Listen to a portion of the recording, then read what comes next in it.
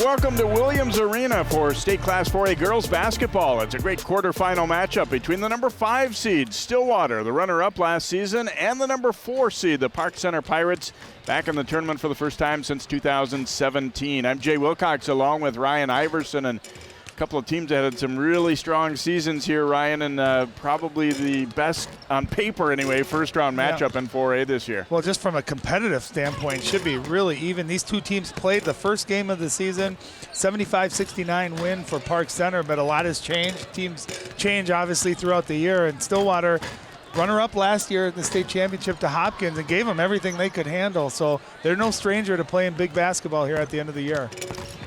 Park Center beating Centennial in convincing fashion. They played very well in their section tournament, and meanwhile Stillwater, they kind of just blew through the Section 4A field.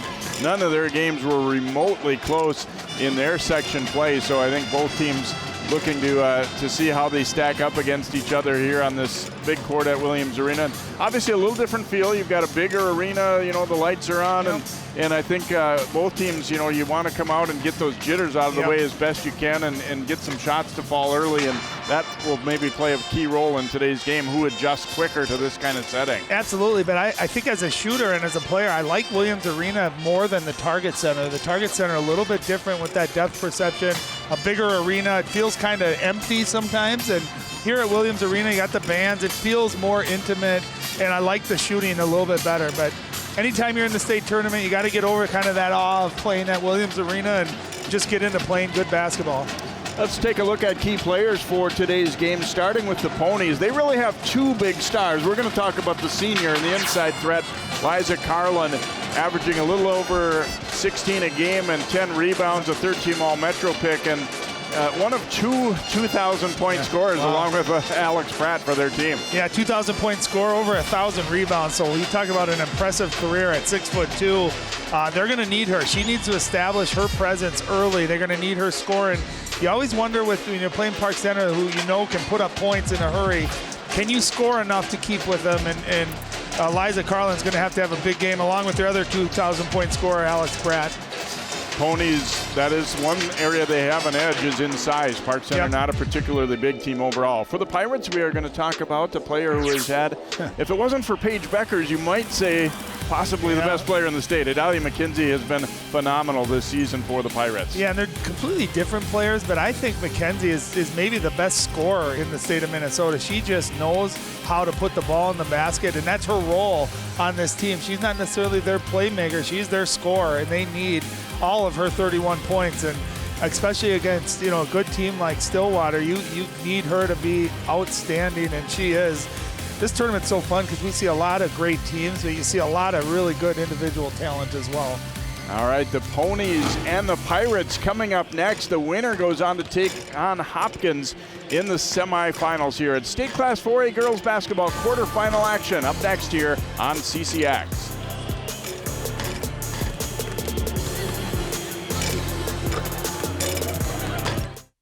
CCX Media is the first place you go for local news and sports. But did you know you can sign up for those stories to go straight to your inbox on our website? Simply go to ccxmedia.org. Click on the subscribe button, and from there choose which notifications you want to receive. Then we'll send your favorite CCX Media news, sports, and city events straight to your inbox. Sign up now at ccxmedia.org.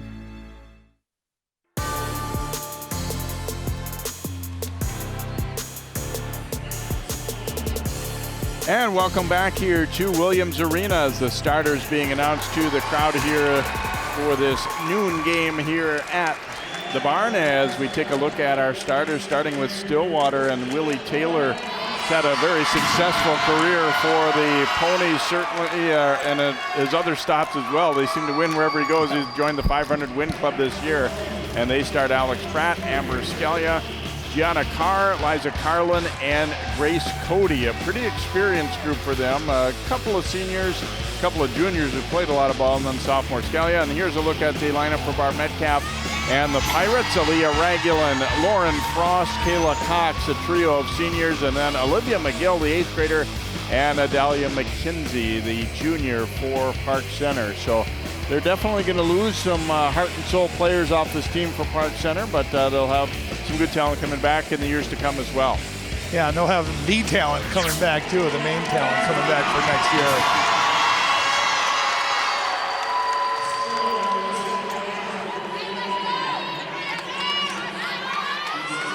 Hopkins, as expected, a first-round victory over Cambridge Isanti, so they are into the semis and will take on the winner of this contest.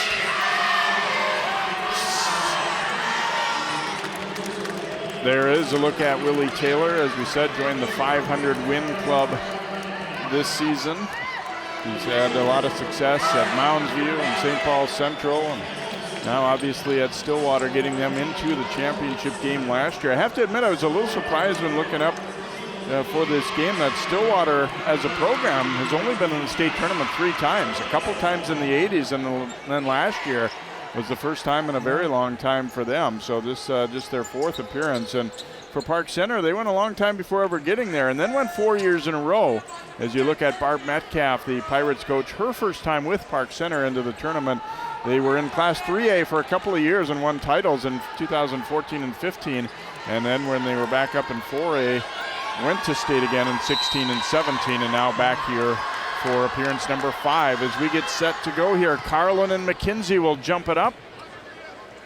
Not a very high throw there, and it winds up with Stillwater. And neither player a swing and a miss. Neither one of them got the tip, but I think we saw a good example of why the jump ball has kind of gone away, except for at the beginning of games. It's hard to really throw it well and accurately. Little step back jumper for Grace Cody won't go. And McKenzie in the trap as they throw over it to Lauren Frost. She'll stop and pop. Too strong with that one. Frost had a great game in their section final against Centennial. Drive to the hoop won't go for Pratt, but the rebound is good for Carlin. Well, and that's her game. She's always around the rim, ready to grab that offensive rebound. She's a double-double machine and gets the easy putback. McKenzie kicks it over to Ragulin from the corner, and that's an air ball. Pratt, stop and pop off the glass and good. It is a 3-pointer. I don't know if she called bank or not. It is daytime. The banks are open right now during the week, but nice pace for Stillwater here, pushing the ball, and hey, you'll take those kind of makes all day long. McKenzie, a shot fake, gives it up for Ragulin on the baseline, in and out. And Pratt looking to push it back. So Park Center facing a trap here, and see so far, I mean, they have gotten some good looks, but haven't been able to make anything as of yet. Well, interesting to see McKenzie too. A couple of nice moves there. She gets in the passing lanes, trying to make plays for her teammates to get them going. Says, you know what? I'll take it myself. Gets the steal. And how many points do you think she generates a game on that kind of a play where in the passing lane, she's so quick and explosive and fast. She gets going in that open court. She is like a freight train. Yeah, and to average 30, you've got to get some of those kind of buckets, and she definitely does get a lot of layups. Also a lot of putbacks, really good on the offensive glass. It's kind of a cliche, Jay, but she's got a nose for the ball, and she seems to always be in the right position, too. And that's a talent. That's a skill. That's not luck. 5-second call there as Pratt wasn't really aware that the count was going, I don't think. They were trying to look inside. Well, Alex Pratt, she's only a junior, but like you said, 2,000-point scorer, 18 points a game. Really a phenomenal player. They go right to McKenzie, all the way on the drive. No good, though. Good contest by Carlin. Stelia drops it back. Open look for Gianna Carr, and that's good for 3. Yeah, Stillwater shooting the ball well. 2 for 2 on threes. Early 8-2 lead here for the Ponies. Underneath to Olivia McGill, hit the bottom of the backboard with that one. Pratt looking to Carlin. There's McKenzie with another steal. Yeah, defensively, I think she gets overlooked. She's a very good defender, gets a lot of steals, plays those passing lanes really well. Ragulin missing another jumper. She's 0 for 3. Yeah. Well, you and I talked about it. You know what you're going to get with McKenzie. Where's that other scoring going to come? And you don't always know with Park Center, but they need some other girls to really step up. Frost went through a double team and then fell. And we will get a tie-up, which will go Park Center's way here.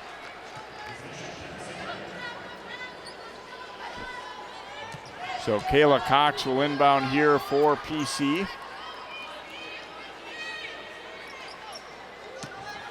Frost and Pratt will be an interesting matchup. A lot of people maybe statewide don't know a lot about Frost, but great passer, great ball handler. Yeah, and really quick. And there's Pratt with the steal. Oh, nice throw ahead. Scalia for the layup, and it rolls in. What a pass by Pratt. She got the steal. I didn't think she had that angle to get it ahead. Kind of a weird angle, but beautiful throw ahead. And Scalia gets the easy. This is right here. Great job immediately looking up.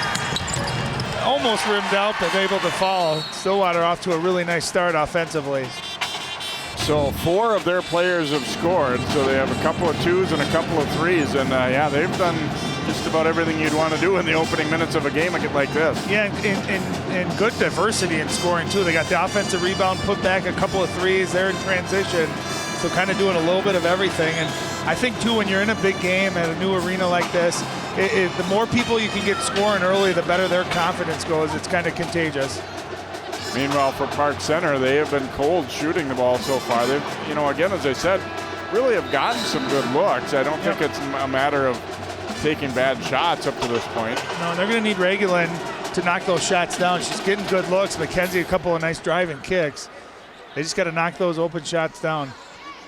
And sometimes all it takes is that one shot to go down. All of a sudden that lid is removed and now you're feeling confident again. So Stillwater threw some 3/4 court pressure at him to start. Now dropping back into a man-to-man here as Pratt comes up to pick up Regulin. McGill on the drive, got around Scalia and scores. That is a name to keep in mind for years to come. An 8th grader, and she is a good one. Yeah, she is. You can tell how explosive she is. That was a beautiful move. Nice finish, a much needed basket.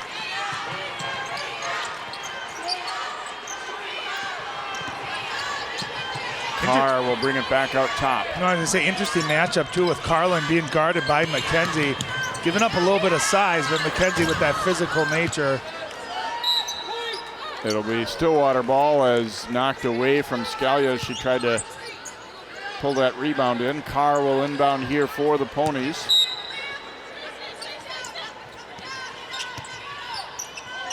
McKenzie at times has battled foul trouble too, so you might think that Stillwater might be kind of thinking of that and try and make her A, work on the defensive end, and B, maybe get her into foul trouble. Absolutely. Back out, jumper won't go for Scalia, but she'll get it back. Pratt's gonna line it up from the left side. That's no good. Another offensive board. Carlin up strong with it and scores. She's got great height at 6'2", and she's strong. You can see her using her body to box out there. Nice putback. Kayla Cox, a 3, and that's an air ball. Park Center seemingly a little rushed on a few of these shots. Carlin's going to step back and shoot that one off the back of the rim. There's Pratt for the rebound, and a dish over to Cody. What a great pass. The smallest player on the floor with the offensive rebound at 5'5", and sees Cody over there. Nice play, nice pass. To Regulin on the baseline, tried to get the pass back, and instead a steal. Here comes Scalia. Fake the pass, layup's good. A little ball fake there, throws the defender, got a good look. Yeah, I can tell Stillwater, they're doubling off of Regulin. They're doubling right at McKenzie, and it's allowed Regulin to get some open looks. She's got to be able to take advantage of that, be a playmaker if she's going to be left open. Another thing Park Center's going to have to shore up is defensive rebounding. They've allowed too many second chances already for Stillwater. Well, we talked about that might be the advantage that Stillwater really has is the length and the height advantage. Frost a miss. PC just cannot buy one from the outside. Scalia shoveling it over. In and out for Cody, but there's another offensive rebound. They'll get another crack at it. Pratt, around it comes. Carlin turns, faces, scores. Second chance points again. That's 8 of them so far. 8 of their 18 have come off of offensive rebounds. Nice extra pass, and Carlin with a nice game here so far. 6 early points. Yeah, you don't have to shoot as high a percentage if you're getting another opportunity. As there's a foul as Regulin made the pass off. I think Pratt will be called for the foul. He got a good initial look from 3, and I thought that time Cody had a wide open shot. Instead, passed it up to her teammate who's got it going. A couple of putbacks. Now you get that little mid-range jumper. McGill was out of bounds. So Stillwater will get it back. Boy, nothing much going right for Park Center in the early going. And this is where you need Adalia McKenzie to say, you know what, guys, jump on my back. I'm going to get us the ball. I'm going to score and get us back into this game. Down 14 early. You got to be careful. You don't want to get to the point where you're too far, 25, 30-point game. There's a great steal. See if she takes it coast to coast here, Jay. McKenzie into the lane. Little runner wouldn't go, though, and Carlin the rebound. Scalia 2-on-1 over to Pratt. Now double team. Pratt got it out of there. Cody an open look, but wouldn't drop. McGill looking to push the tempo the other way. McGill will stop and fire and hit. Nice job of slowing herself down there, really. I was going to say, pretty good poise for anyone, much less an 8th grader on a big stage. Not to rush it, not to force it, but to take the mid-range jumper, knocks it down. Pratt letting it rip, and that is good for 3. And Pratt fires it home for the Ponies, and they continue to play well offensively, leading at 21-6. Yeah, shooting the ball well, doing a nice mix on offense, pushing it, offensive rebounds, putbacks, kind of taking whatever Park Center's giving them. Like you said in the pregame, teams have changed since the beginning, and Park Center's probably thinking, wow, this Stillwater team's better than what we remember. There's Frost banking her first bucket in. What a move. Goes hard, kinds of that stop, that hesitation, and again accelerates. Had a tough angle, too, still able to get it off the glass. That was a talented move. And here comes Carlin to shoot up a 3. That one is short. McKenzie looking to run it back at her. And this is where she is so dangerous. And now they're going to get a foul. Was it a foul call? Yes. Yeah, it was weird. The referee on the play side of the ball didn't call it, but the opposite referee called it. Look at this beautiful move. Look at this little hesitation. Defense relaxes, and then you accelerate. That was a big-time play. But that last play, for McKenzie, if she can get those long defensive rebounds and push it before Stillwater can get their half-court defense set up, I think that's got to be her angle here today, and she's so deadly when she's in transition. Free throw rolls in, and that last hoop we saw from Frost, too, I think is more of what they need to do. I mean, Park Center is a decent outside shooting team, but not a great one, and today they're just not falling at all, and sometimes you can build up to getting threes to go if you can get some inside hoops and drives. Yeah, you just got to see that ball go in, and it spreads. And I think, to your point, McKenzie, if she can attack that basket, Frost attack the way she did, that's going to get them going offensively. Here's pressure from them, and McGill up with the steal. Hawks back to Frost. Had some trouble with the dribble, but got it back. Well, way to stick with it. It looked like it was going to be a turnover there. It kind of kept her bounce going. And this is Park Center's basketball here. They can press, they get some steals. Now they're playing with a lot more energy. McGill to the hoop, wouldn't fall, but they forced a couple turnovers in a row. Lizzie Holder, 22, is in, along with this player, Mary Fultz. Missed, and then they foul on the putback opportunity. So Holder, the sophomore, will go to the line. Stillwater brings some pretty good size off the bench, too. Fultz and Holder are both 6'1". Yeah. When you see the trend of offensive rebounding continuing, a missed jump shot, and it kind of goes right in the hands of Holder. She goes right back up, able to get the foul.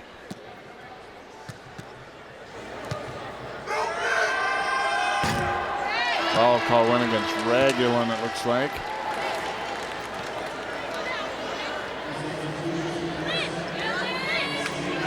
Shadeja Lynn Chapman, number 22, coming in, provides a little bit of size off the bench for Park Center. 5'11" sophomore. Free throw short. McKenzie out of there with it. McKenzie, a little Euro step there. Left-hand layup, though, wouldn't drop. And now it's Pratt outrunning the floor. Missed the layup, though. Scalia will get it back. Little step in for Fultz, wouldn't go. McGill up for the board. McKenzie calling for it up ahead. Couldn't see her, though, in traffic. Ooh, McGill nearly walked there. Now Frost. Pull-up jumper is good. Lauren Frost heating up here for Park Center, and all of a sudden, they're not so far behind anymore, down by 7. No, much needed. Nice job. She didn't force the 3 that time. Took a couple dribbles, got to an easy mid-range shot, knocked it down. Scalia drives and gives it off to Pratt. Chloe Sink in there defending her, and Sink will be called for the foul. Park Center, too, I think a little bit lucky here early. Missing some transition opportunities, getting good looks. There's off the kick, and I like that. Frost could have shot that 3, knowing that, hey, they're not hitting right now. Make it easier on yourself. Get to that comfortable 10, 12-foot range and knocks it down. She's got 6, and they need her scoring.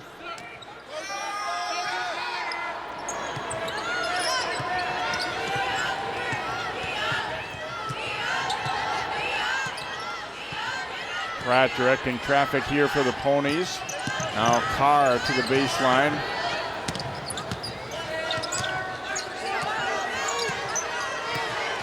Pratt looking to drive it. And was fouled by McGill. Looked like to me he's got away with a carry there a little bit. She kind of went around the defender with that ball resting on her palm for a while. Yeah, watch the hesitation here. Her hand kind of underneath it there. And that's one of those where you don't want to foul her. You want to make her try to make that tough shot. There wasn't a lot of room, kind of under the basket. Instead, she draws the foul, gets 2 free throws out of it.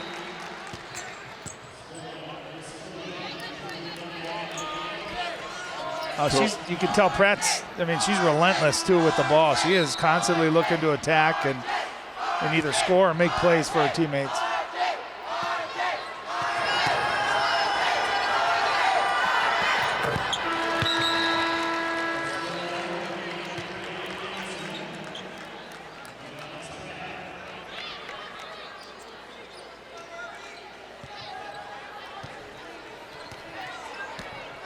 So a 9-point lead for the Ponies after Pratt's free throws.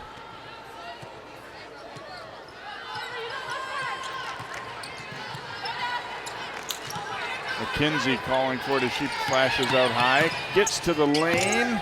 Too hard though off the backboard.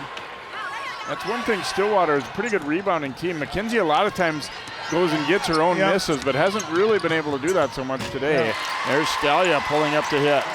Well, and I'll tell you, they're doing a really nice job, too, of pushing the ball down and not letting Park Center get set up. They're running hard, and they're getting really good looks out of transition. Stillwater back up by 11 now after the Pirates had cut it to 7. McGill crossover and then dumps it down low to Chapman. That one is blocked. Scalia pushing it back. Right back out. Open look for 3, and it is good for Fultz. Oh, it's contagious. You see your teammates knocking them down, steps in, great drive and kick, extra pass, and that easy shot for Fultz. McKenzie, pull-up jumper from the outside, not there. There's Carlin with the long arms to snare that rebound. Yeah, nothing easy so far either for McKenzie. She's had to really work, and they're contesting everything. Give and go there to Carlin, as that time McKenzie kind of lost her out high. I think she was eyeing a steal, and Carlin just made the pass off and kept going, and it turned into a rather easy give and go. And just when you thought Park Center had kind of weathered the storm and fought back into it, now all of a sudden it's back up to 16. Stillwater doing a lot of things well. Well, and I kind of thought Park Center would push the pace. I think Stillwater's really pushing the pace here early on. See the bracket so far. I know there was some angst in the Brooklyn Park, Brooklyn Center area about Park Center. Why were they seated behind St. Michael Albertville? It's a little bit of a mystery to a degree, but it is what it is. Farmington, a number 2 seed, as they made their way into the tournament, so kind of some fresh blood with them. And the Knights, very good team. I saw their section final. They kind of took Maple Grove apart a little bit after they had lost to the Crimson 2 times in a row in the Section 8 final. So they'll be taking on Lakeville North in the quarterfinal. Good tournament. Obviously, it's Hopkins' tournament until somebody proves otherwise, but some other really good teams as well in the tournament this year. Yeah, and I think if Hopkins plays to their ability, I don't think there's anyone that can play with them. But I'll tell you, Stillwater and Park Center, both intriguing matchups for that second round. And here's Stillwater, just beautiful passing. Again, in transition, before Park Center really get set up. Here's that give and go, that last bucket we saw. So you're seeing a lot of easy points, good-looking open shots for Stillwater early in this game.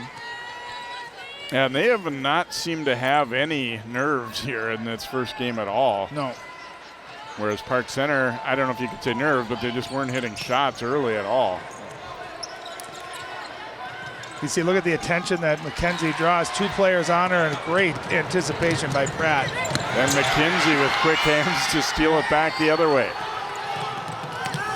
She'll pull up for the jumper, no good. But some of the things that McKenzie really does well, Stillwater seems ready for. They've defended her better than a lot of teams that we see.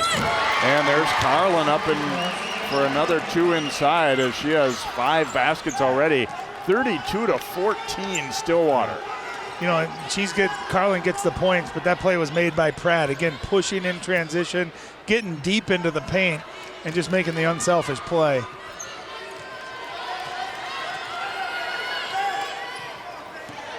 Defender slipped a little bit, so McKenzie had a little space, but not able to make that shot.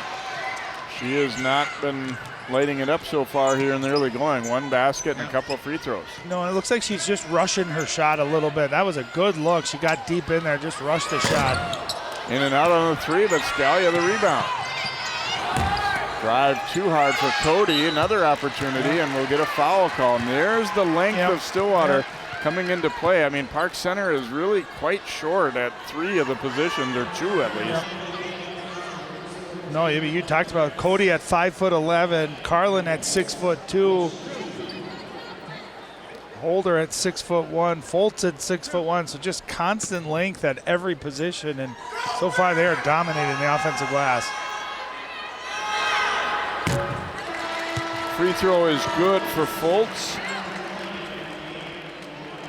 Carr will check back in here. McGill coming back in for the Pirates. McKenzie's going to get a brief break, I'm sure.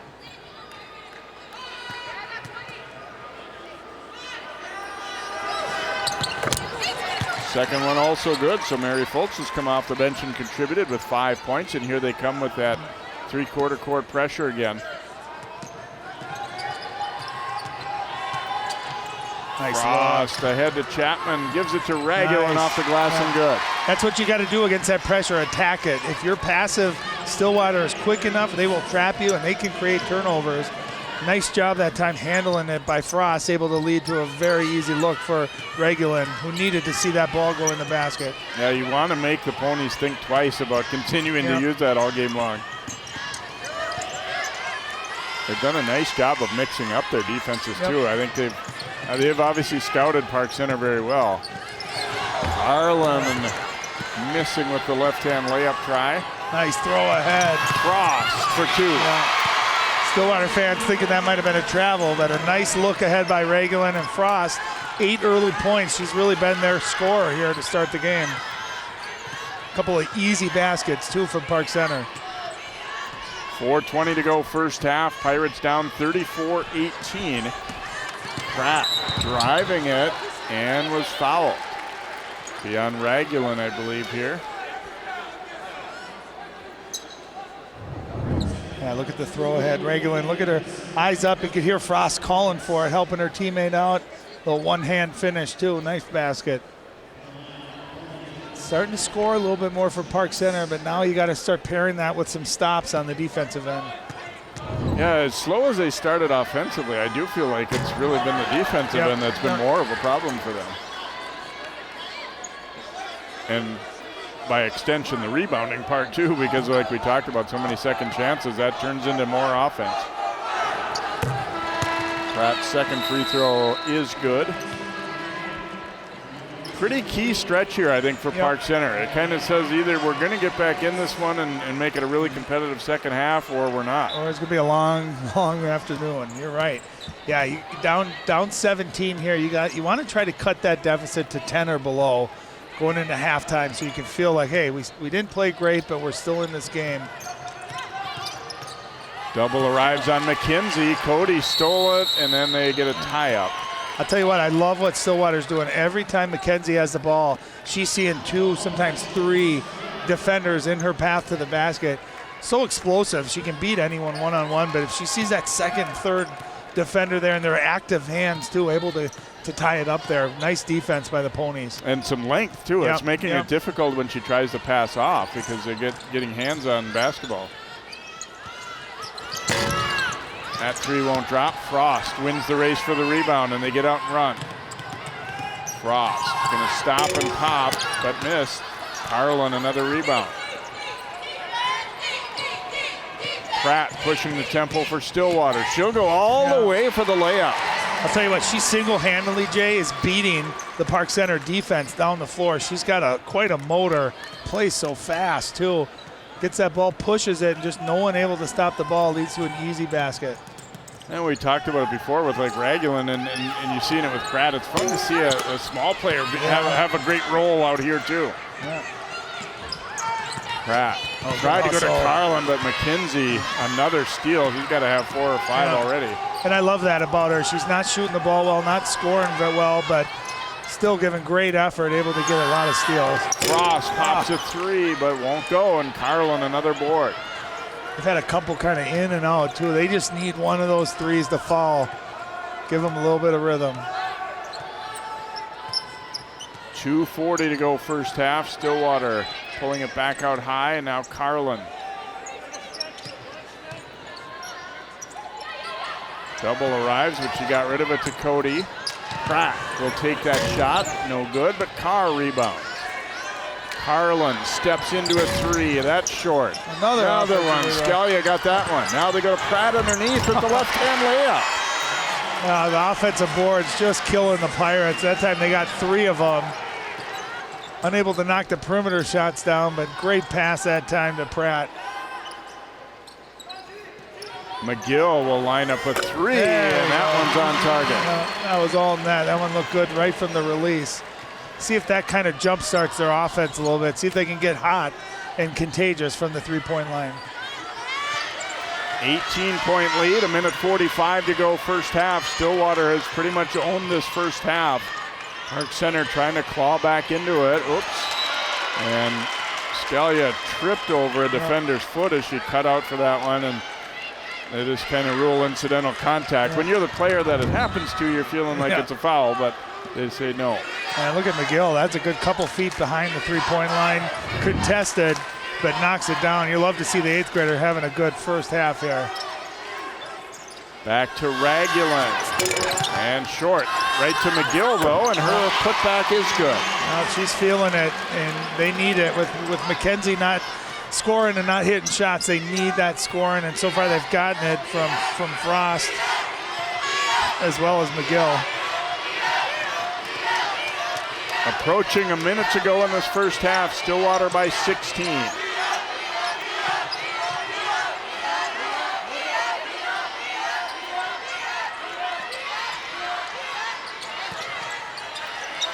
Cox almost ripped that ball away. Now Carlin way out high that gives it to Carr. Carr on the drive, blocked by McKenzie. You can kind of see McKenzie timing her steps, waiting to get that block. That was a big-time play. Abby Hansen will check in for Stillwater here. Perhaps she's a sharpshooter coming in for a last shot. Oh, it's going to be Pratt taking a look at it. And McKenzie with the rebound. And was fouled in the backcourt. That might be number 2 on Pratt. And it is. Yeah, watch McKenzie here. Look at her timing up. See that extra step, knowing that play was coming. And that's a big block. So Pratt will come out with those 2 fouls, not what the Ponies wanted for her to get her second very late in the half here. Well, you can just see she's that spark plug that keeps that pace up, continuously pushing the ball, probing the basket, good shooter as well. McKenzie turns, fires, and hits a 3. And Park Center climbing their way back a little bit, down now by 13. See if they can get a stop here to end the half. So they're going into half with a couple of made threes, feeling a little bit better about stuff.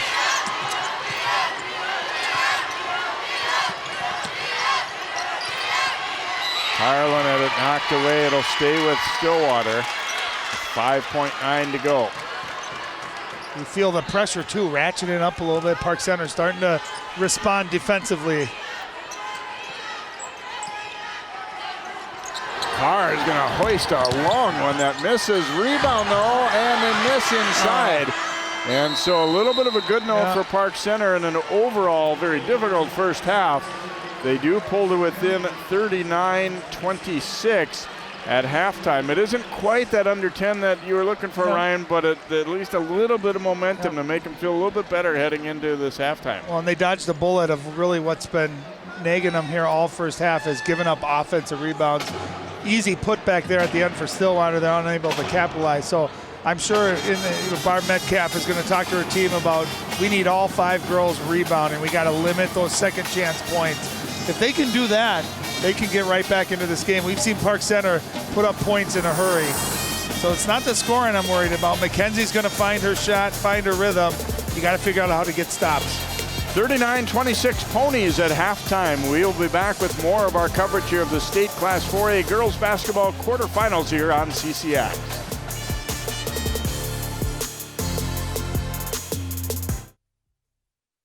When you look at the number of disasters in the U.S., chances are every area will deal with some kind of emergency in the next decade. And between school, sports, and social lives, chances are you won't be with your kids when it happens. Will they know what to do? Ready.gov/kids has the educational tools and information to make the conversation easy. When the time comes, chances are they'll feel prepared, not scared. So talk with your family today.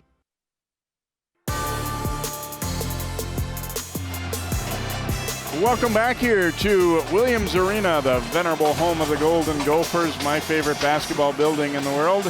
39-26 Ponies leading Park Center here at halftime. A rough start certainly for Park Center. They battled back somewhat, but let's look at some of these first half highlights. And Stillwater, first of all, there's a turnover, and McKenzie able to get it and go all the way, but not quite as much of that as Park Center was hoping for. Stillwater's just played a very efficient first half. Yeah, and you're going to see a nice mixture of knocking down perimeter shots. You're going to see a lot of second chance points.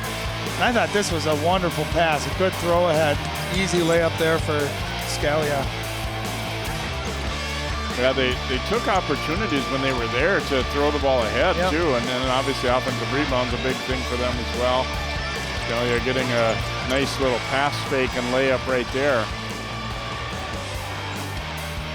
And Pratt showing why she has been such a weapon for them this season in her career. 13 points for her, really pushed the ball, made some great plays. That might have been the move of the first half. Great hesitation. And able to get a couple of nice baskets. It was good to see a second look at that one for Frost, because one of the Stillwater players made one of the dribbles for her on that one. They almost stole it, and it was like they dribbled and then she resumed the dribble. Another leak out. I thought that was at the stretch where Park Center got back into the game a little bit. There's a three by McKenzie, and she struggled in the first half. Didn't get a lot of good looks. They really defended her well. She's only 2 for 10 shooting in that first half. Pratt with 13, Carlin with 10 to lead the way for the Ponies. McGill was at a nice game. Frost as well. McKenzie, 7's not bad when you're averaging 31. She did have 7 in the first half of their section semifinal and scored 31 in the second half, though, so you never know. But Park Center's got their work cut out. They trail it by 13. They did make a little push late in the first half to keep this one within striking distance. The second half coming up here in just a moment. You're watching State 4A Girls Basketball on CCX.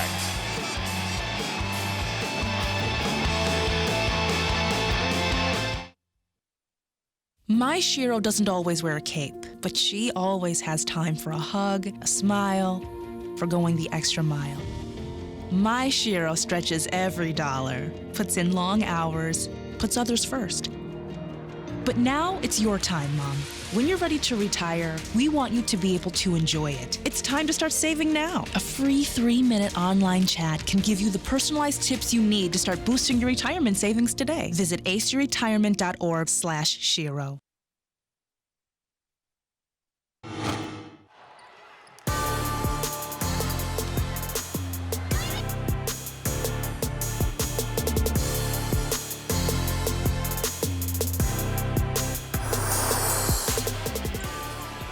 Good job of sticking with it there by Lauren Frost in the first half for one of her baskets there as the Ponies got in on the action there with a little near steal, but we get into second half play here, and interesting to see how Park Center comes out here, Ryan. Yeah. I mean, on one hand, you need urgency. On the other hand, you need to know that you can't catch up on one possession, that you just have to string together back-to-back good possessions, and especially at the defensive end. Oh, yeah. No, the way I always look at it, too, you're down 13. There's 18 minutes left, so it's less than a point a minute. If you look at it like that, it sounds like it's definitely something that you can do, but you look at the rebounding difference, 33 rebounds to 10. Advantage Stillwater, and 14 of those have been offensive. So interesting to see what adjustments Park Center makes defensively and how they can rebound. They get it to McKenzie. Ooh, Carlin had a block, but going to be called for a body foul there. Looked like a relatively good block, but maybe got her at the hip a little bit. You see the strong drive. Yeah, a little bit of body contact, there. Yeah. Well, either way, I like to see McKenzie attacking, not settling for a jump shot there, going right to the rim. Got to get these free throws to fall. Yeah, McKenzie only 2 out of 10 from the floor in the first half, so she's hoping that three late in the half maybe kind of get her going a little bit. Carlin, it was her second foul, so nothing to worry about too much yet, but if you get another one real quick here, it might be a different story. By the way, Carlin, as expected, a strong rebounder, had 8 rebounds in the first half, and just grabbed that one there as well. 5 steals for McKenzie, although she didn't shoot well. I felt like Stillwater maybe let off the gas a little bit in the last few minutes of that half, too. We'll see if they get back to being real aggressive. Pratt, a step-back jumper. Good D by McGill. Yeah, McGill didn't back up. She didn't retreat and kind of forced a quick shot there. Ragulin's shot won't go. Carlin, another rebound.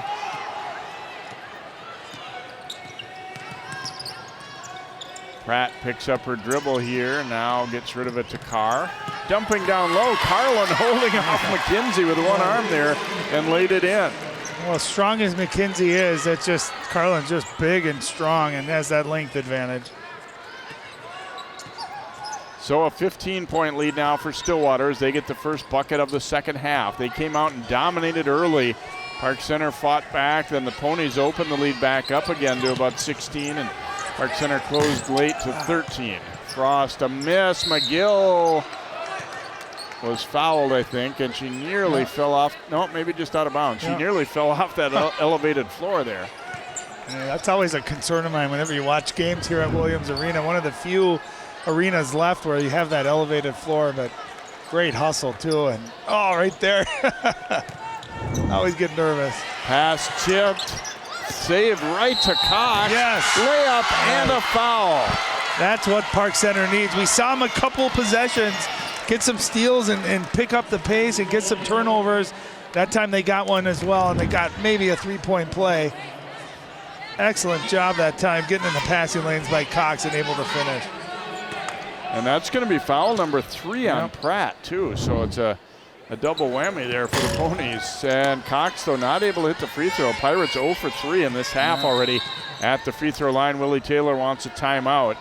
So 41-28, Park Center back to within 13. And they also see Pratt, one of the Ponies' top players, get her 3rd foul. Well, we talked about some all-Metro players, as you might expect in a state tournament game. And we'll take a look at, this is the Star Tribune. Paige Becker's an easy choice there, the first team. Adalia McKenzie also making it. Lauren Jensen, Mallory Rocky, and Mackenzie Kramer. Team number 2 has some locals as well, as you've got Maya Naji from Hopkins. Wayzata obviously had a great season, a great team, and lost to Hopkins all the 3 times they played them, and including the Section 6 final. And then on the 3rd team, you see a couple of these talented Stillwater players show up with Carlin and Pratt, making the 3rd team squad. Also Annika Stewart from Wayzata. Yeah. And I don't know how you don't have Maya Naji on that first team. I think she's as talented as anyone out there, but a lot of great talent. I'll tell you the thing too on that first team is 4 of those 5 are being represented here in the state tournament too. So great players. A lot of times you're going to have winning great teams, and a lot of talent, and none better than Adalia McKenzie. And her Pirates need her to find a way to get going here offensively.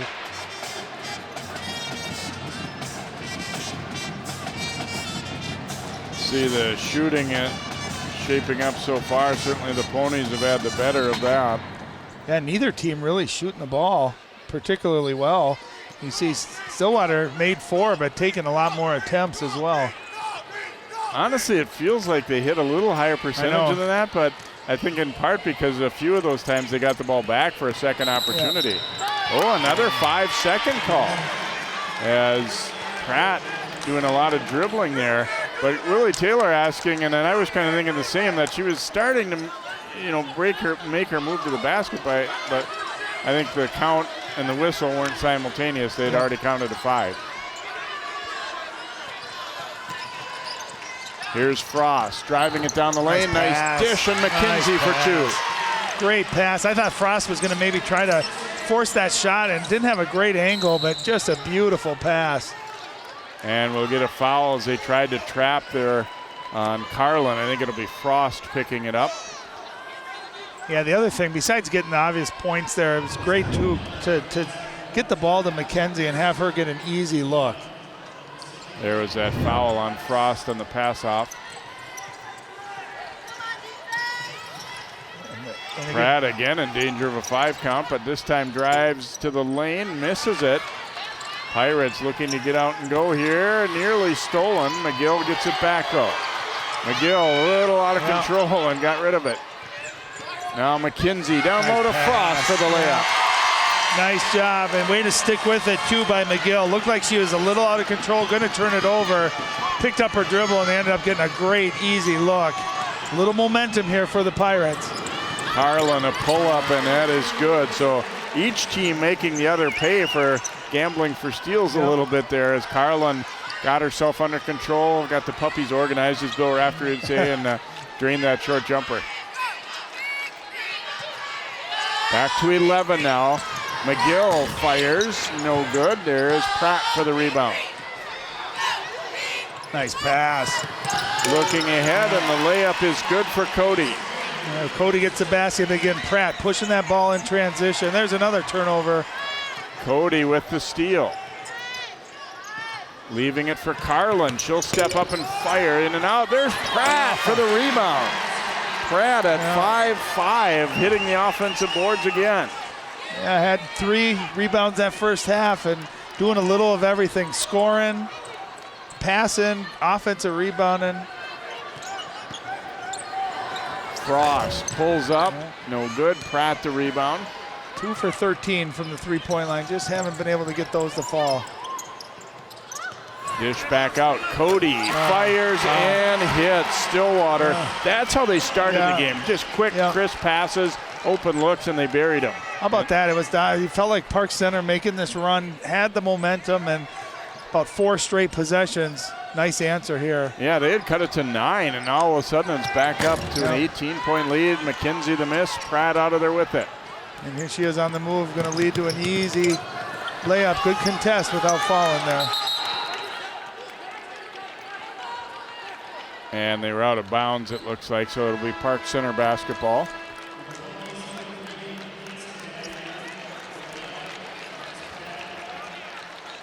Pratt will check out. Nice little crossover, great drive and kick, extra pass, leads to a good shot, and Cody knocks it down. Well, that's knowing your teammates and where they'll be. I mean, that ball just moved.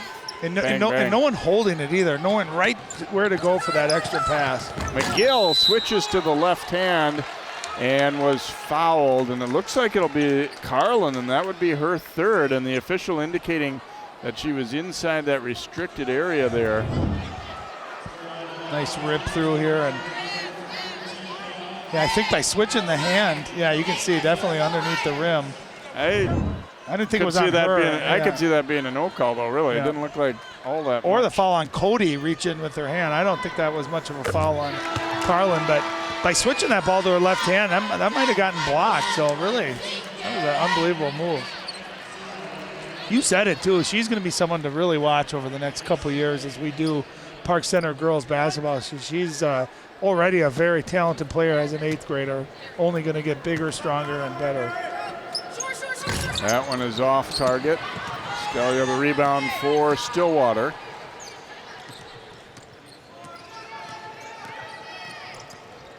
Here's Pratt. Carr looking inside. Nice double. Fultz got it out of there. And another three by Cody. Again, a great assist there by Pratt. Well, that was great defense, too, by Park Center. There was a mismatch down low. Nice double by Frost. And a great kick out. Again, an extra pass on the reversal there leads to a wide open three. McGill, the drive and dish. Frost, jumper short. Carr rebounds for Stillwater. Oh, good throw ahead. Cody has to save it. And then Cox the other way. Here's McKenzie. Carr chasing after her. Foul and one. And nice throw ahead. Nice job, too, by McKenzie showing her strength. Able to take some contact and able to finish.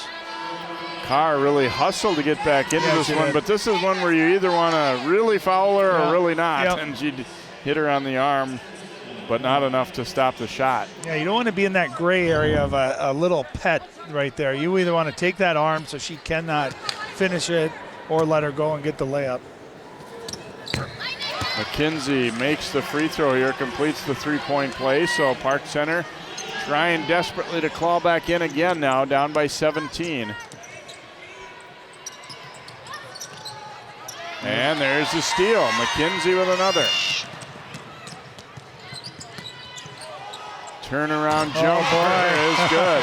She's feeling it now. And that was, for most players, that's not a good shot and good defense, but she's made it. Maybe she's heating up. They need her to have a big half. Carr drives in for the layup as they again made Park Center pay for trying to double the dribbler there. I don't think Park Center's problem is going to be scoring in the second half. They got to be able to get stops.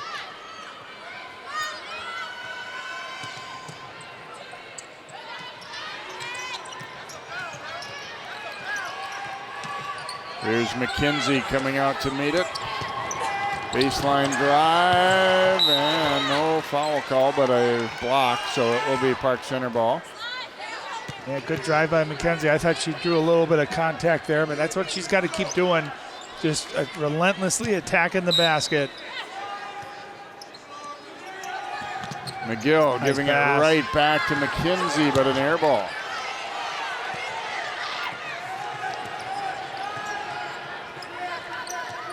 Lily Taylor wants the floor spread out here, and they let Pratt go to work a little bit and maybe work some clock, just kind of get a possession that Park Center D has to work. Scalia is fouled as she went up, and went down hard. Chloe Sink will be whistled for the foul.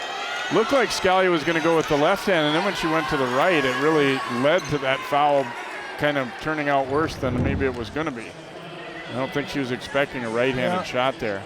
Pretty clean block there, too, on the as far as getting her hand on the ball. But I'll tell you, when you go to a spread offense like that, it's really effective when you have multiple scorers. If you only got one person you're concerned about, it's hard to do it. But when you got five girls that can all score, all of a sudden you can't overhelp or you lead wide open shooters. And this floor was spread really nicely there. And Scalia's done a nice job. She's had a good game here today. Yeah, you find more and more as you get to the state tournament and then even farther into the state tournament, it matters how good your third and fourth and fifth players are quite a bit. I mean, Pratt's going to play well and Carlin, and McKenzie's going to do a lot of things for Park Center, but how many other players step up and play well becomes a big factor for you too. Well, and the other thing too, Jay, is you want to be efficient when you get to this level. If you get 30 points, but it takes you 35 shots to do it, that's not necessarily a good thing either. They need to be efficient. Oh, what a move. McKenzie's drive won't go. It comes back to her briefly. Then it's pitched back out by McGill to Ragulin, and Sink was on the sideline.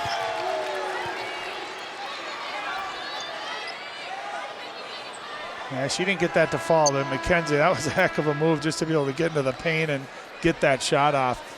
But I think you commend Stillwater. A lot of girls, when McKenzie's driving like that, they kind of get out of the way, and it's an easy look. They are with their length, they are contesting every drive and every shot that she gets.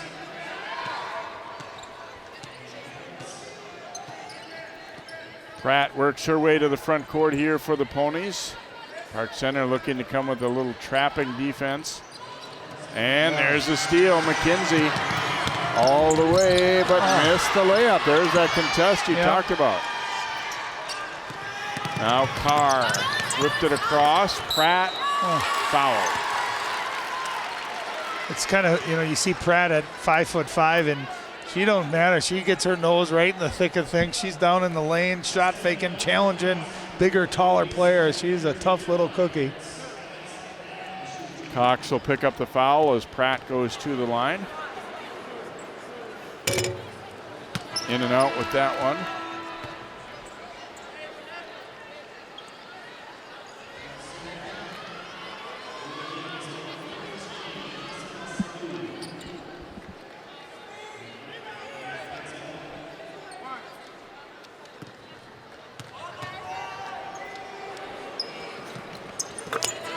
Second one is good for Pratt.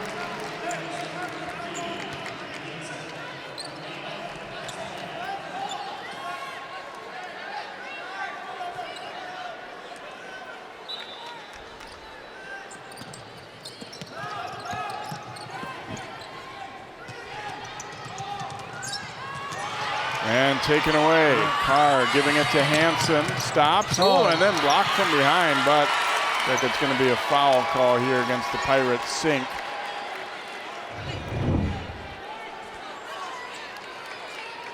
Oh, good hustle by Sink getting back. Quite a bit of basketball there. I think if you're Park Center, you're kind of thinking, well, McKenzie's driven a couple of times and taken a lot of contact, and there's been no calls, and we've had a couple of pretty clean-looking blocks down on the other end that have been called fouls. I think, too, what makes Stillwater so dangerous, Jay, is you can see they can play the full court, trapping, pressuring, transition game, but they can also slow it down with half court with their ability to shoot, and also with their size down low. They can kind of play any style of basketball needed in a particular game, and I think that's what makes them tough and dangerous. There's Hansen with the steal after she made the free throw. Scalia's pull up, in and out. Rebounded there by Vanessa Sadu, who is checked in for Park Center. Now it's McKenzie all the way, too strong. Putback try no good, but Sadu will go to the free throw line. You can tell McKenzie's getting frustrated. She's playing her heart out. She's attacking like crazy. Just not able to get those shots to fall, but nice follow-up, nice rebound. Carr picks up the foul.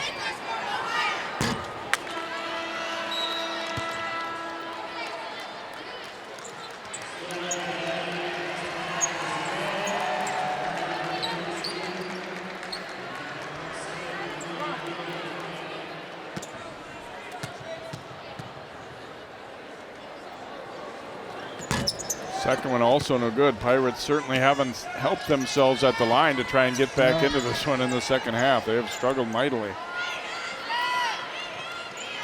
21-point lead for Stillwater here. Still a lot of time to go, but Park Center starting to feel as though this one is maybe not going to happen. They're going to need to make something happen before long here. Pass deflected, and Cox up with the steal after Sadu got a piece of it.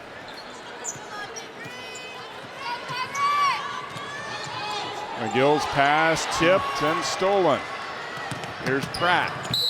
Fouled by McGill. I think one of the things that's really, we haven't talked about it a lot tonight, is just how the length of Stillwater, they're getting a lot of deflections. I think Park Center's used to throwing over the top and around any defender, but Stillwater, very active hands, those tip balls. It's led to a lot of turnovers here today. Good smart play there too by Pratt. I mean, I think she kind of knew that if I just go straight up with this, McGill's going to block it, but kind of used her body, shielded a little bit, brought the ball away, extended it from the defender, and the only way that McGill could block that is to go through the body. It's something that a lot of, for young players, girls or boys, it's kind of hard to learn. It sounds backward to think, but you need to take it right at the chest of a shot blocker rather than kind of lean back away. Yep. And again, we talk about a lot throughout the basketball season. Referees generally reward you if you attack the basket hard. If you go up soft, a lot of times they won't give you the benefit of the doubt. And there's another steal. Carr to Scalia, floating the one-hand layup. That was a great shot. That was a little Lauren Frost type basket there for Scalia. Yeah, not an easy shot. One-handed, kind of an awkward angle, but nice touch on it. McKenzie, a one-handed catch there, stops, fires, no good. And Scalia the rebound for Stillwater. They've kind of really opened this one up again. Pratt, a three won't go, but Cody chases it down. Off the glass, wouldn't go that time for Folks. They'll get another crack. Carr, that one not close. And McKenzie up out of there with it. Feeding it for McGill and fouled there by Cody. I was going to say, as much as we've talked about Stillwater's offensive rebound, and I think they've been equally as impressive defensive rebound and not given Adelia McKenzie those second, third chance points that she's accustomed to getting. They have won every race to a loose ball and just dominated defensive glass. Park Center's going to use a timeout here. 62-38, a much different game so far than what these teams met to start the season, as Park Center won that one by 6. So we get a look at this last two. Carr, and this is a nice shot. One-handed, kind of had to put some different spin, almost reverse spin on it. That's beautiful. That almost looked like something you try in horse or something, doesn't it? And kind of, turning it backwards to get that kind of English off the backboard. That was a great play. You were right. It is a Lauren Frost type of a finish. We saw her go with the one hand or in the first half. Stillwater very impressive today. Obviously over on our side of town we don't really get a chance to see them, and they've had a great performance here. Reminder to watch Sports Jam here, winding down toward the end of the winter season here. We got just a girls tournament this week along with adapted floor hockey, and then the boys basketball wraps it up. Another great season. We have possibilities of getting some local teams in boys basketball, certainly, because Hopkins and Cooper play in the Section 6 final tonight, so one or the other is in for sure.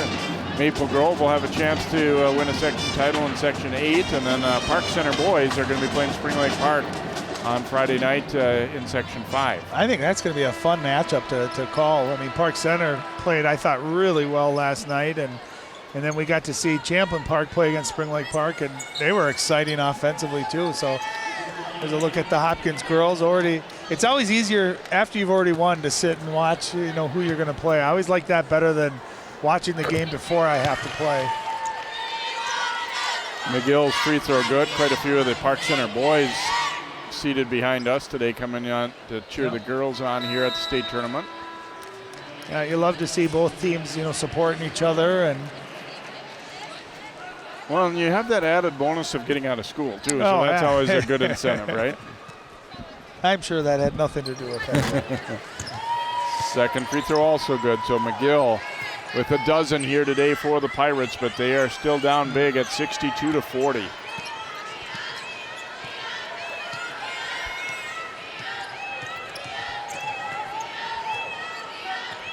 Pratt with McGill on her.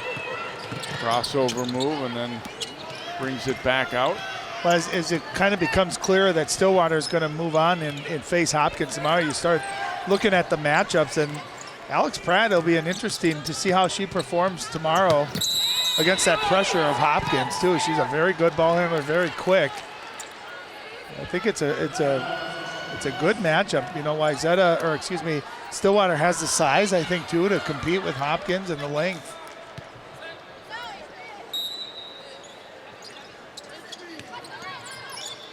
Carr inbounding out to Cody here.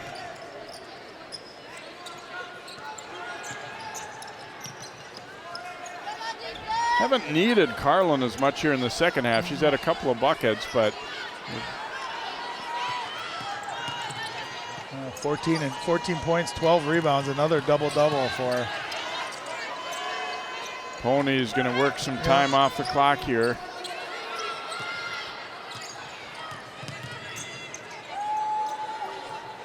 They've done a really nice job, too, of taking care of the basketball for the most part of this game. Oh, wow, what a ball fake. Pratt. She said, well, we've used enough time now. I'm going to go to the hoop here. Enough of that boring stuff. Let me attack. Great ball fake. Able to split through 2 defenders and nice left-hand finish. She's a fun player to watch. Frost, a step-back move. That one is short, though. They'll get another crack at it, and McGill scores it. I think McGill's had a really nice game, really showing her talent, her ability. She's quick, athletic, strong, can score, can pass, rebound, defend, does a little bit of everything. Stillwater really looking to spread the court out and let Pratt go to work a little bit here. And you know, if you get a hoop out of it, fine, but if you just keep running through your offense, that's okay too, to eat some time up. Interesting, I know Barb Metcalf, the Park Center coach, is a very strong proponent of a shot clock, and I'm sure at this moment she's thinking that too. There's the putback by Carlin. Well, that's really been the nagging problem all game long is Stillwater gets a good look, they miss it, but unable to get a defensive rebound. Frost, the miss. McKenzie went hard to the glass, but didn't get it. Now Pratt out ahead of the field for the layup. Doesn't look like she gets tired either, does it, Jay? I mean, she just runs and runs as a motor, too, and just fun player to watch. She's got 21 points. Here's Ragulin, a floater down the lane, won't go. Carlin, another board.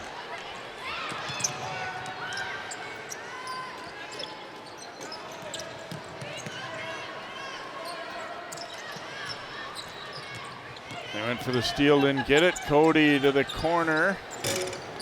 Or Scalia to Cody, I'm sorry. And Cody gets the bounce on that one. Her third 3 of this half. They got 4 players in double figures, so we've talked a lot about Pratt, a lot about Carlin, but they've had a number of players step up and knock shots down and shoot the ball well. 71-42 Stillwater as we go under 5 minutes to play. Here's a look. Scalia giving it to Cody. Yeah, again, that's great spacing, spreading the floor out, allow your guards to penetrate. If the defense collapses, it's an easy read, kicks it out, and Cody's really had a good shooting night or afternoon today. I got to tell you, I didn't see the 30-point game coming. I really thought this was going to be a back and forth competitive game down to the wire. Not to say that I thought Park Center would win the game for sure, but I just expected it to be a really close game and kind of see the face of McKenzie there, just almost like what the heck just happened. It's not how you picture it in your mind when you're preparing to play at Williams Arena to play in the state tournament.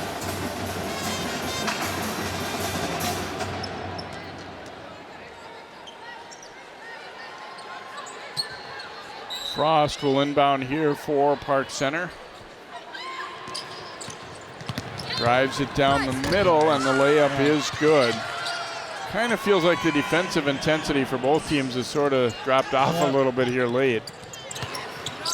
Oh, boy. There is Cody again, another 3. 4 threes in this half.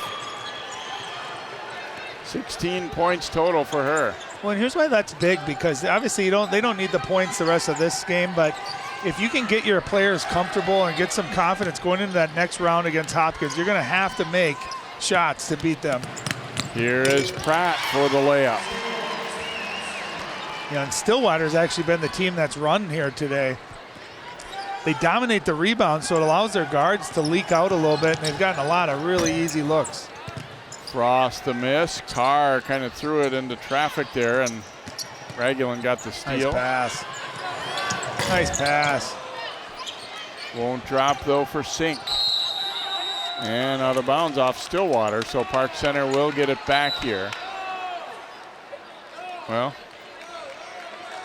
they granted a timeout to Stillwater. Let's see, officials are going to discuss whether the timeout came before the ball was knocked out of bounds or not.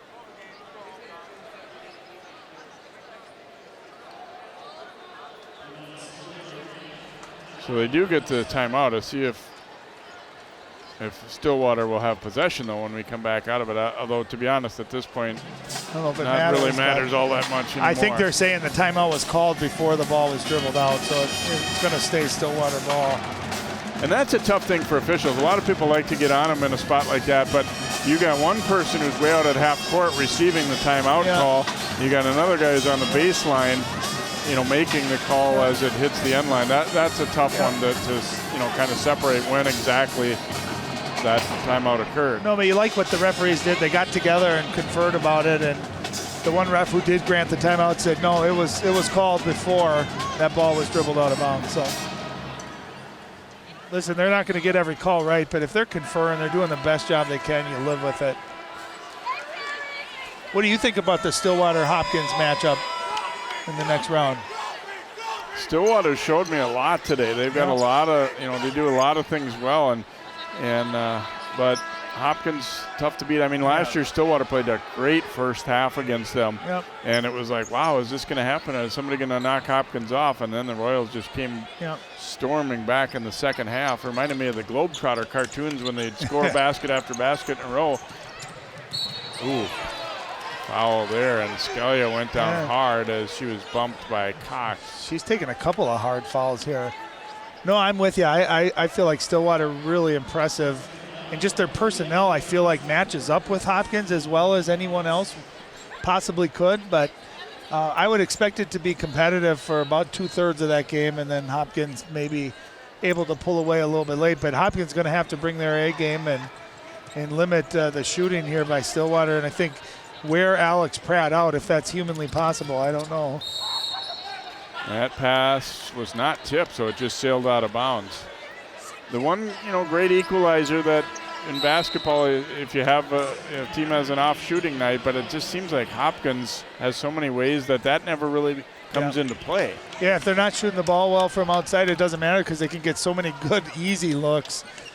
But it'll be interesting to see. Maya Nagy was dominant in our game that we did earlier this morning, but Stillwater's got a couple of girls with the height and the length to maybe throw at her and make it difficult, but I think Hopkins has another guard that's pretty well known that I'm guessing will have something to say about it too.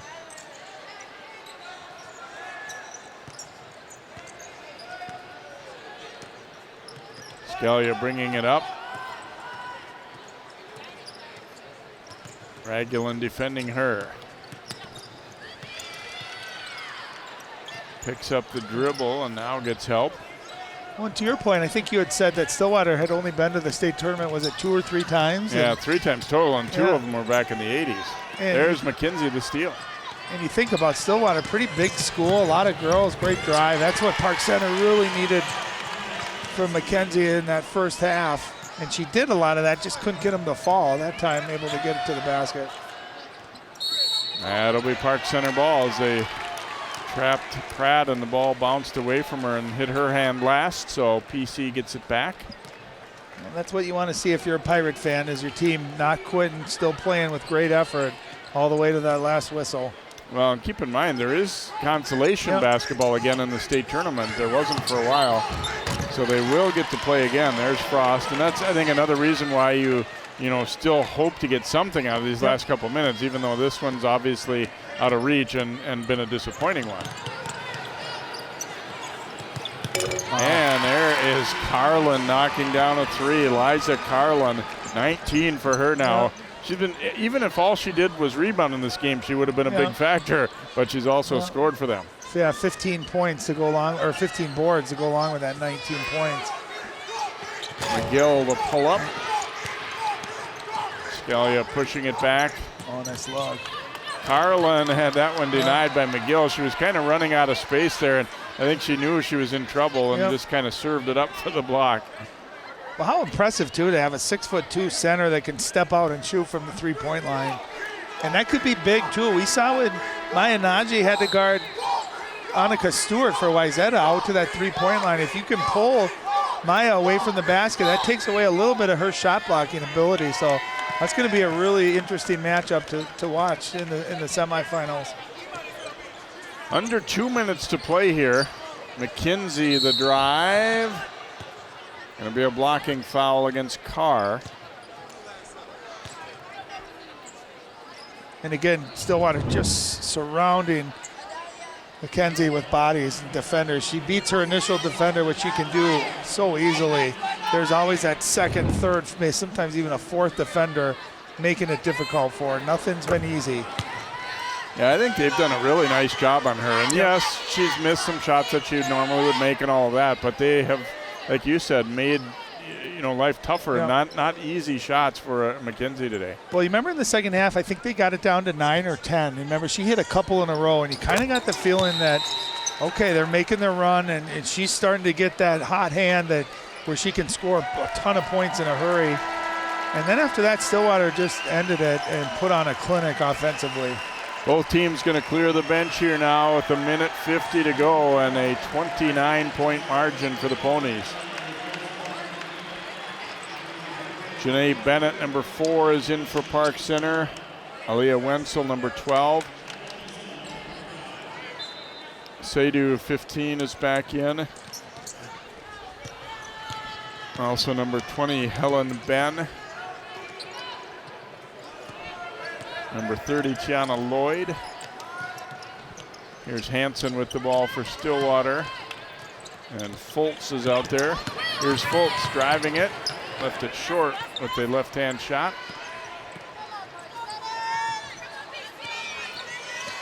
Abby Scheel, number 12, is in for Stillwater.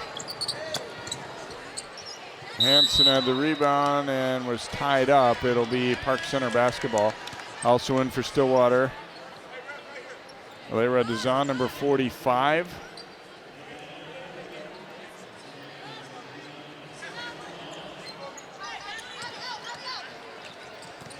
Pass almost got away, but Helen Ben retrieves it. Bennett on the drive, had that one blocked. Ooh, nice recovery by Seydu, and then was fouled there by Foltz.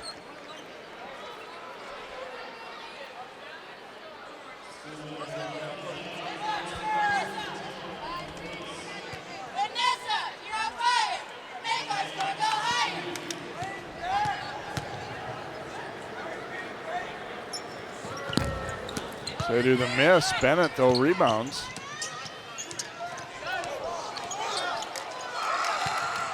Inside, Seydu with the turnaround. Hansen the rebound for Stillwater and gets it out of there to Scheel.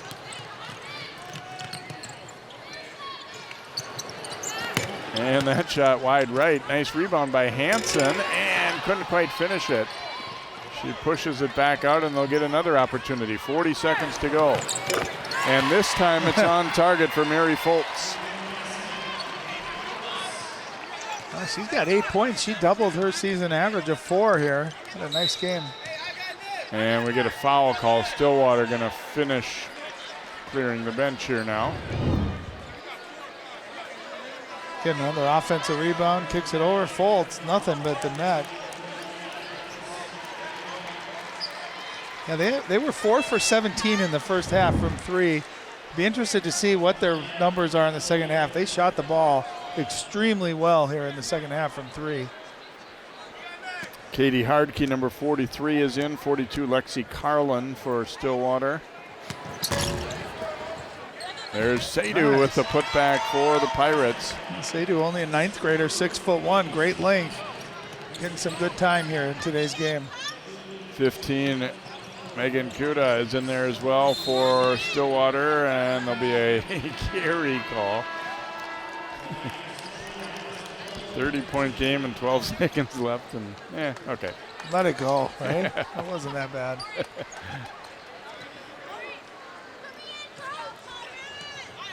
So a rough go for the Pirates as they'll fall into the consolation bracket here. Stillwater with a nice victory here today. Came out early and took control of this one and never really let Park Center back into it.